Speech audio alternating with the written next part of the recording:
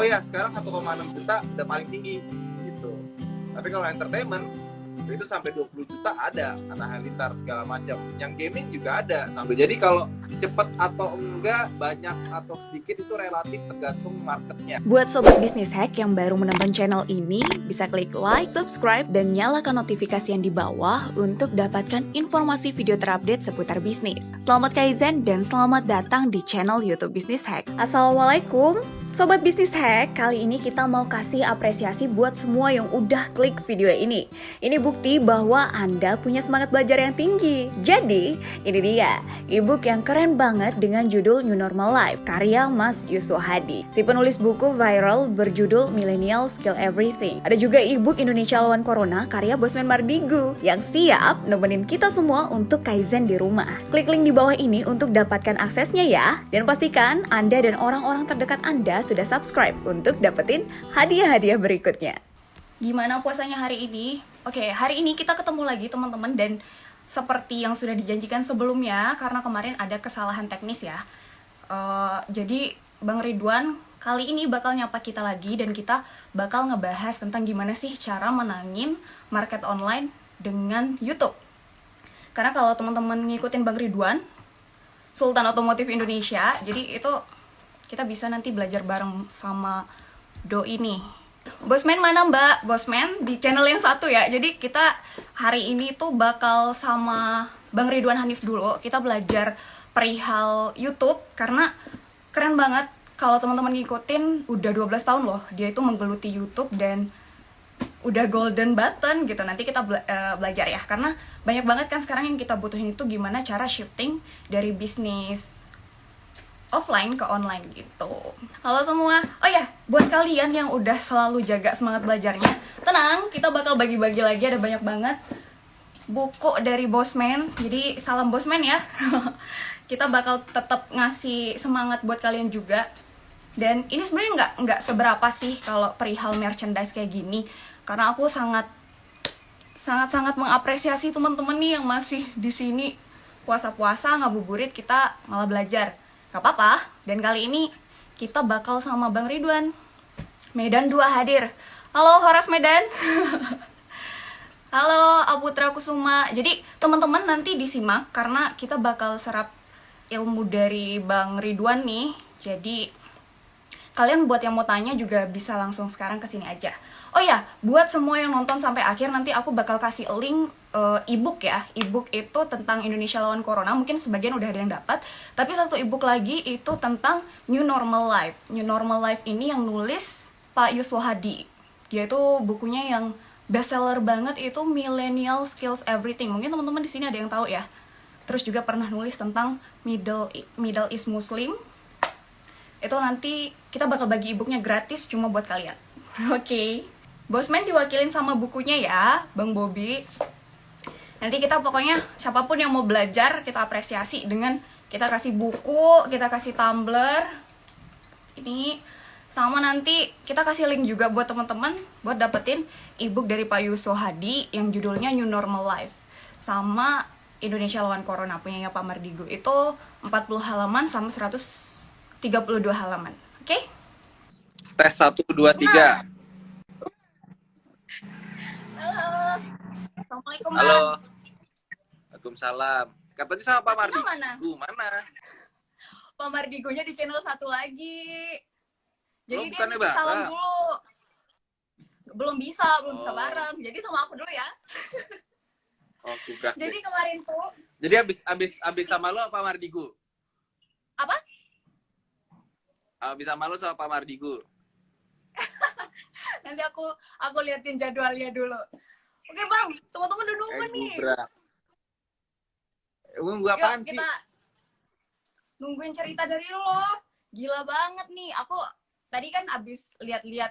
Ternyata kalau kita ngomongin YouTube kayaknya seru nih Bang. Sore-sore kayak gini boleh ya? Boleh. Oke. Nah, kan Bang Ridwan Hanif nih udah 12 tahunan nih main dan gelutin bidang itu. Terus aku perhatiin dari silver button ke golden button itu kayak cuma 1 tahun loh. Tuh dapat goldennya itu September kan. Iya, 2019. Dan ini udah per hari ini aku perhatiin 1,64. Itu kok bisa sih kayak gitu Bang? Mungkin yang kita pelajarin sekarang itu bukan teknisnya kali ya, karena bisa kita cari di banyak hal. Mungkin Bang Ridwan cerita dong ke kita, ke teman-teman bisnis hack, ke yang lagi nonton, halo semuanya. Itu gimana kok bisa itu? Sebenarnya kalau dibilang cepet sih enggak ya. Banyak YouTuber lain yang lebih cepet dari gua. Cuman kembali lagi ke marketnya. Market otomotif sekarang bisa dibilang leader, tapi ya marketnya segitu-segitu aja sebenarnya. Beda sama mungkin yang marketnya entertainment gitu, kayak Rans, kayak Raffi Ahmad, Nagita Slavina, Halilintar, itu lebih gede. Nah sebenarnya tergantung kembali kita mau ke segmen yang kan, kita mau ngambil segmen masak-masak gitu. Tentu saja numbersnya, angkanya beda lagi gitu. Kalau untuk otomotif, oh ya sekarang 1,6 juta udah paling tinggi gitu. Tapi kalau entertainment itu sampai 20 juta ada, kata Halilintar segala macam. Yang gaming juga ada sampai 9 juta, 10 juta. Ya, memang marketnya beda. Market gaming lebih gede dibanding market otomotif buat di YouTube. Gitu. Jadi kalau cepat atau enggak, banyak atau sedikit itu relatif tergantung marketnya. Gitu. Kalau Bang Ridwan bisa tadi bilang kalau maksimalnya untuk otomotif itu di 1,6 juta itu pertimbangannya apa Bang? Ngelihat dari mana? Enggak, itu dari channel gue aja, karena untuk otomotif sekarang gue paling tinggi. Gitu. Oke. Oh ya, paling tinggi kan Sultan Bang. Oke. Yes. Tapi kalau tapi misalnya misalnya gini, ada channel gitu ya, namanya Hobi Kayu. Hobi Kayu itu dia baru 90 ribuan. Tapi untuk market kayu dia udah nomor 1 gitu. Jadi untuk segmennya dia nomor 1. Nah, dia akan berkembang sesuai dengan peningkatan jumlah peminat di segmen tersebut. Jadi udah dibilang udah mentok nih. Jadi dia akan nambah sesuai dengan segmennya. Oke. Untuk teman-teman yang di sini kan kita ada yang di channel satu lagi, dan di sini Bang Ridwan itu kan punya 2 channel. Itu dikelola barengan gitu Bang. Terus konsistensinya itu dirimu juga yang ngatur atau udah ada tim? Beda. Kalau Alternate Max kita ada tim. Emang dari awal kan Alternate Max dulu. Kalau gua ya channelnya sebenarnya lebih happy sih, lebih ya apa yang bisa dibikin konten ya bikin konten aja gitu. Jadi nggak usah terlalu banyak SOP apa segala macam, punya standar. Enggak sih, lebih kayak ya udah pengen bikin video aja. Apalagi kan namanya personal ya, nggak bawa nama brand. Iya. Gitu. Oke. Benar-benar. Tapi kalau dilihat juga Alternate Max itu udah mau 1 juta juga loh. Berarti dua-duanya channel udah 1 juta. Iya Kak. Amin. Udah 1 juta. Belum kayaknya. Belum. Hampir. Udah 969. Bentar lagi. Oke. Aman ya? Nah Bang, terus kalau perihal, kan ada yang bilang nih kalau konten YouTube itu ada yang ngejar kualitas, ada yang ngejar kuantitas. Kalau Bang Ridwan dulu, mulainya dari mana Bang? Barangkali ini bisa jadi insight buat teman-teman yang lagi shifting bisnisnya dari yang semulanya offline itu ke online gitu. Oke. Kalau kualitas itu sebenarnya tergantung targetnya yang mana gitu. Ada yang bilang kualitas itu kalau videografinya bagus, ya kan? Okay. Ada yang bilang kualitas itu kalau kontennya isinya bagus, berbobot. Ada juga yang bilang berkualitas itu kontennya menghibur. Gitu. Ada yang bilang informatif. Ya kan? Jadi beda-beda nih. Iya, kalau saya kebetulan untuk videografi sih biasa aja gitu. Tapi kalau mau dibikin niat ya bisa, cuma jadinya lama. Kayak satu video itu kalau mau niat benar tuh ngeditnya lama banget, bisa 2 mingguan, syutingnya juga berhari-hari. Tapi kalau cuma sekedar bikin video itu gampang. Kayak contohnya saya bikin video cara membeli mobil cash tanpa kredit itu kan. Itu cuma pakai kamera, pakai mikrofon, terus pakai papan tulis, kita tulis gitu. Itu gampang. Itu gampang sekali bikinnya. Okay. Tapi yang berkualitas itu adalah kontennya, berbobot isinya. Jadi ketika orang datang nonton video itu, dia nggak terlalu pusing sama kualitas videonya. Kualitas videonya, wah ini kok cuma pakai papan doang. Ini cuma ngomong berdiri doang. Tapi kan orang fokus kepada isinya apa, gitu. Yes, terus kalau misalkan mau di sambung-sambungin sama bisnis, ya itu bisa banget. Kayak contohnya, sekarang rata-rata perusahaan-perusahaan udah bikin channel YouTube sendiri kan? Oke, benar. Iya. Kenapa tujuannya? Biasanya buat branding dan juga buat jualan. Udah banyak banget channel YouTube yang bisa meningkatkan penjualan, terutama di bidang aksesoris mobil ya. Kayak ada channel khusus buat, jadi dia punya toko gitu ya, punya toko jok mobil Hardy Classic. Dia bikin video tentang mobil-mobil yang dia kerjain gitu kan, ternyata naik tinggi, penjualannya juga bagus banget. Terus ada yang jualan audio, ada Sunda Motor sama Begja Autotronics, dia bikin video buat di YouTube, tujuannya buat promosi. Promosinya memang secara gratis, tapi sebenarnya membuat videonya sendiri itu sudah mengeluarkan biaya dan waktu sendiri gitu. Dan lainnya banyak banget deh. Kayak misalkan kan ada juga beauty vlogger tuh yang makeup artis gitu ya. Dia juga punya produk sendiri, atau dia jadi agen dari salah satu produk yang dia jual sendiri. Nah, artinya YouTube ini juga bagus buat meningkatkan penjualan. Nggak cuma mikirin dari AdSense-nya, atau kayak hobi kayu aja yang baru 93.000, tapi karena dia nomor 1 di segmennya, dia ternyata jualan alat perkayuan itu juga laku sekali gitu. Oke Bang, terus kalau tips pasti untuk yang karakternya market online itu juga ada masa jenuhnya ya. Kalau Bang Ridwan sendiri, kalau misalnya udah ngerasa kayak gitu, yang perlu kita lakuin apa nih Bang? Apalagi nih teman-teman misalnya yang lagi berusaha untuk menangin juga nih, gimana customer mereka mulai engage di platform online kayak gini gitu, kayak YouTube gitu. Jadi kalau marketnya jenuh, itu gimana? Kalau marketnya jenuh, kita analisa dulu marketnya karena apa. Karena emang produknya sudah nggak relevan lagi dengan yang sekarang, atau mungkin sudah ada produk baru yang lebih lebih wah gitu ya, lebih wah, harga lebih murah, atau competition nambah. Kita analisisnya dulu. Kalau memang Wah, thank you jadi banget, kita Bang. analisa dulu, ini salahnya di mana?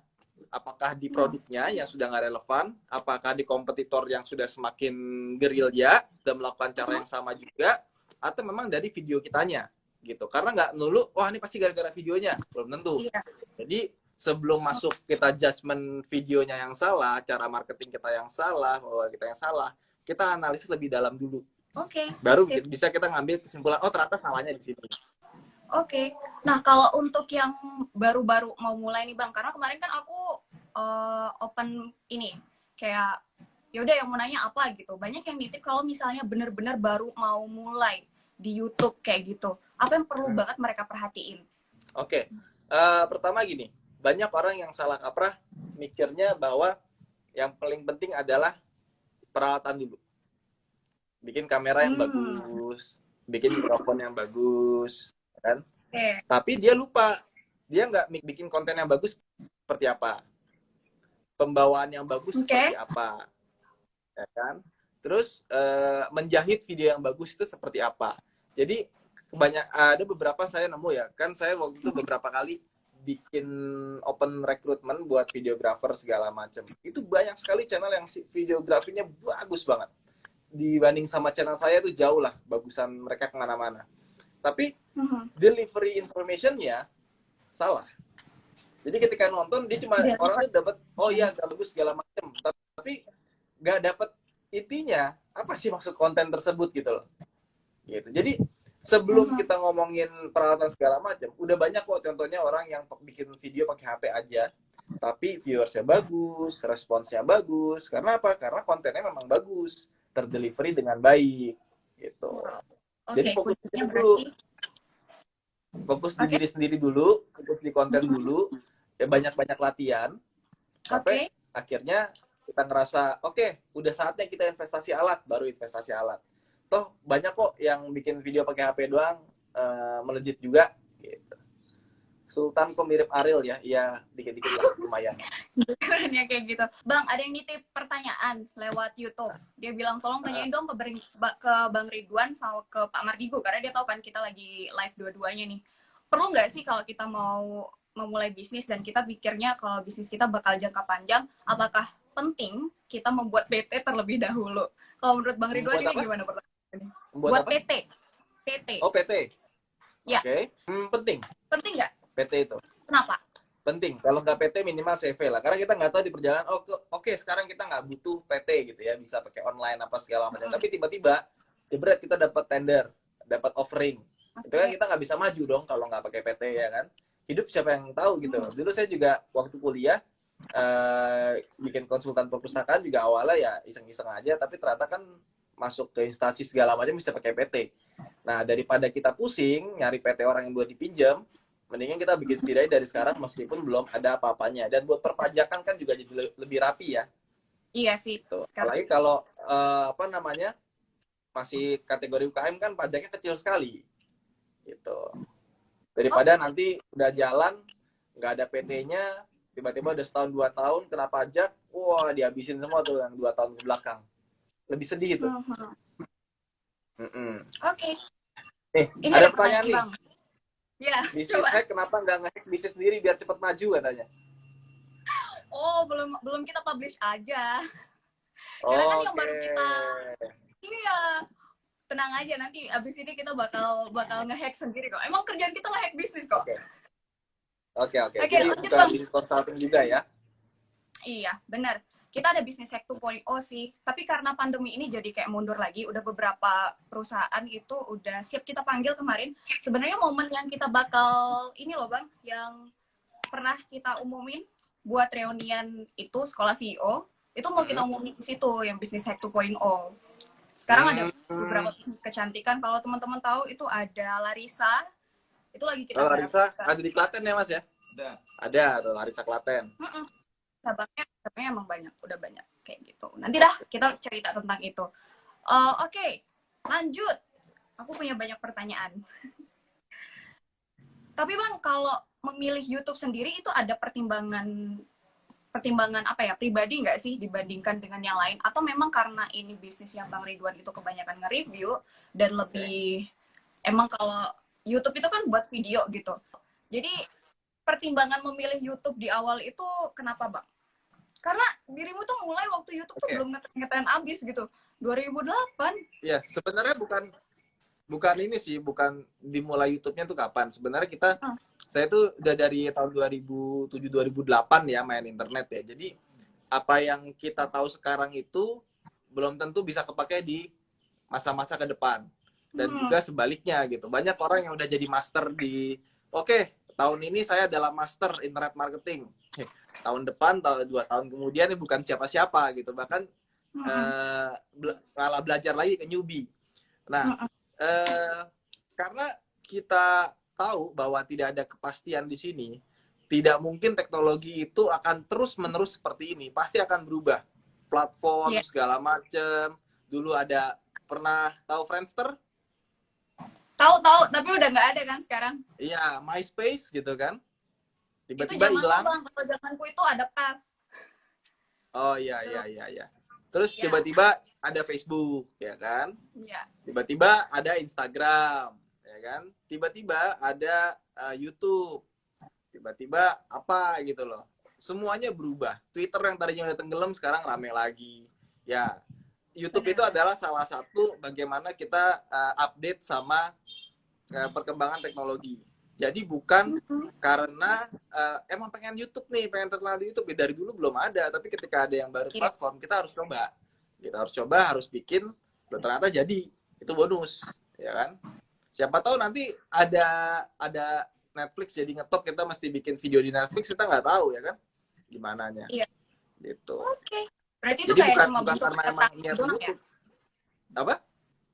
Berarti itu kayak cuma bentuk adaptasi kita doang ya. Jadi kayak ya udah eksternal sekarang karena lagi dulu hype yang apa. juga runningnya dari website dulu.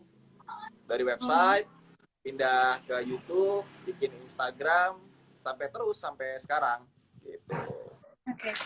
Tapi kok bisa sih Bang sampai detik ini lo masih eksis gitu dan menangin market online? Itu kayak banyak banget sih yang kepo perihal kayak gitu karena mainnya kan di online gitu dan sekarang malah pandemi yang kayak gini bikin kita semua berbondong-bondong jamaah pindah ke online kayak gitu. gitu. Apa ada yang Ya, bisa dibagikan Bang ke kita nih? ya karena mungkin dulu terpaksa ya. Karena kan dulu saya waktu itu masih SMA. Jadi 2007-2008 itu cara cari duit yang paling gampang, paling banyak dan gampang itu dari online. Kalau saya turun ke lapangan, jualan, dagang, bikin toko gitu, kayaknya saya masih sekolah nggak mungkin Oke, gitu. dari Jadi SMA. kondisi. Dan waktu itu kan apa namanya ya? Dulu internet tuh masih booming banget ya. Orang buka apa-apa tuh dari komputer, belum dari HP, ya kan? Terus Ya. nyari apa-apa di Google, belum ada Instagram, promosi itu kita main SEO terus, dihajar terus, AdWords segala macem gitu. Oke. Nah itu hal-hal yang bisa gue lakukan sambil sekolah, sambil kuliah, tanpa harus mengganggu. Kebayang kalau misalkan gue buka toko gitu di Mangga 2 gitu ya gue nggak mungkin kuliah gitu. Oke, Bang ini ada yang nanya nih. Jadi dia Hmm. nanya dari Abu Alfarizi, Bang gimana biar vlog yang segmented, view-nya bagus dan feedback-nya juga bagus. Misal vlog tentang cycling kayak gitu. Cycling apa? Cycling, bersepeda. Ya. Oke, seperti yang gue bilang tadi, Yang konten kita itu nggak perlu jadi yang apa namanya, nggak perlu ya viewers terlalu banyak gitu loh. Tapi Oke. jadinya malah yang enggak gitu. Kayak misalnya kita pengen jadi bikin YouTube sepeda gitu, review sepeda apa segala macam. Ya udah bikin aja gitu. Karena setiap orang yang tertarik sama segmen tertentu, misalnya gini, saya pengen cari sepeda, saya suka sepeda, saya pasti akan cari di YouTube atau di Google tentang sepeda itu dong, informasi dong, ya kan? Nah, itu adalah segmen kita, tapi memang segmennya mungkin nggak segede otomotif yang suka sepeda. Misal, contoh ya kayak hobi kayu tadi, hobi kayu itu sukses banget, dia bisa bikin hobi kayu fest 2017 di Kuningan, itu yang datang dari ada yang dari Makassar, ada yang dari Sumatera, Kalimantan, itu pada ngumpul di situ gitu. Padahal channelnya kita lihat sekarang cuma 93.000, tapi karena udah jadi nomor 1 di segmennya, setiap dia nge-review apa aja, nge-review apa circular saw ya, apa sih namanya yang buat potong-potong kayu segala macam, orang akan ngikutin dia gitu. Jadi udah bikin aja gitu, bikin aja yang bagus, informasi yang bagus, kita kuasain, kita di bidang tersebut, kalau bisa jadi expertnya lah di bidang tersebut, maka tanpa harus kita pikir wah ini viewersnya harus jutaan segala macam, nggak perlu. Udah yang penting ketika orang nyari sepeda itu langsung top of mind-nya kita, itu yang paling penting. Nah, jangan sampai nanti wah video prank sepeda nih rame nih, akhirnya tiap hari bikinnya prank gitu. Jadi orang bingung, ini Bang, channel sepeda channel prank gitu, akhirnya nggak jadi apa-apa. Oke, tuh teman-teman, thank you banget Bang udah dijawab. Ini ada pertanyaan lagi tadi, aku sambil bacain yang di bawah ya. Jadi ini ada yang nanya, rahasia punya banyak followers. Gimana Bang? Pastinya nggak ada rahasianya sih. Nggak ada rahasianya sih. Nggak ada rahasianya. Oke. Orang saya juga bikin posting Instagram, YouTube nggak maksa. Ayo, subscribe itu gratis, nggak gitu kok, santai aja. Jadi kalau orang suka sama channel kita ya otomatis dia akan subscribe gitu. Oke. Ada lagi nih yang nanya, aku barusan catat. Dia bilang gimana caranya jadi YouTuber di era ketatnya persaingan menjadi YouTuber. Jadi kayaknya sekarang Bang Ridwan tuh kan kayak udah jadi trendsetter sendiri ya kalau di dunia otomotif gitu. Mungkin orang-orang sedang berlomba-lomba untuk menjadi itu juga gitu. Trendsetter di bidang yang lain, di bisnis mereka masing-masing. Gimana rahasianya bisa beli mobil kapan aja? Sebenarnya nggak ada rahasianya. Kan, ada duit ya? Kita kan usahanya usaha rental mobil. Rental mobil kan unit mesti nambah, unit lama mesti dijual. Masalahnya kalau saya nambah mobil, saya bikin videonya. Tapi jual mobil nggak bikin videonya. Oke. Iya kan? Itu iseng banget sih naikin Jimny ke tangga. Ada aja. Tapi ya nggak apa-apa. Nah itu banyak orang yang nggak tahu. Maksudnya dikiranya beli mobil gampang apa sih macam. Tapi kan yang namanya rental mobil kan jadi harus ada peremajaan ya. Ya nggak? Masa kalian mau sewa mobil yang udah tua-tua? Nggak mau dong. Nah, jadi mobil yang udah usianya cukup dirasa udah harus dijual, ya kita jual. Nah, Mhm. beli baru. Nah, kebetulan konten tentang beli mobil baru ini lumayan viewersnya. Jadi ya kita bikin videonya saja. Lumayan dapat AdSense, syukur-syukur ada sponsor masuk ya kan. Oke, ternyata itu. Baik-baik, pas dijual ternyata nggak dibuat jadi konten, teman-teman. Itu satu fakta yang kita tahu dari Bang Ridwan. Keren banget. Oke, ngomongin perihal mobil nih. Aku pernah yang kayak, what gitu. Waktu dirimu minjemin mobil untuk yang mau nikah, itu kan kayak viral kemana-mana. Kayaknya Omen ya, Omen tuh sampai mobilnya juga sponsor by Bang Ridwan nih. Itu masih berlaku nggak, Bang? Ya, siapa mau nikah lagi corona gini sih?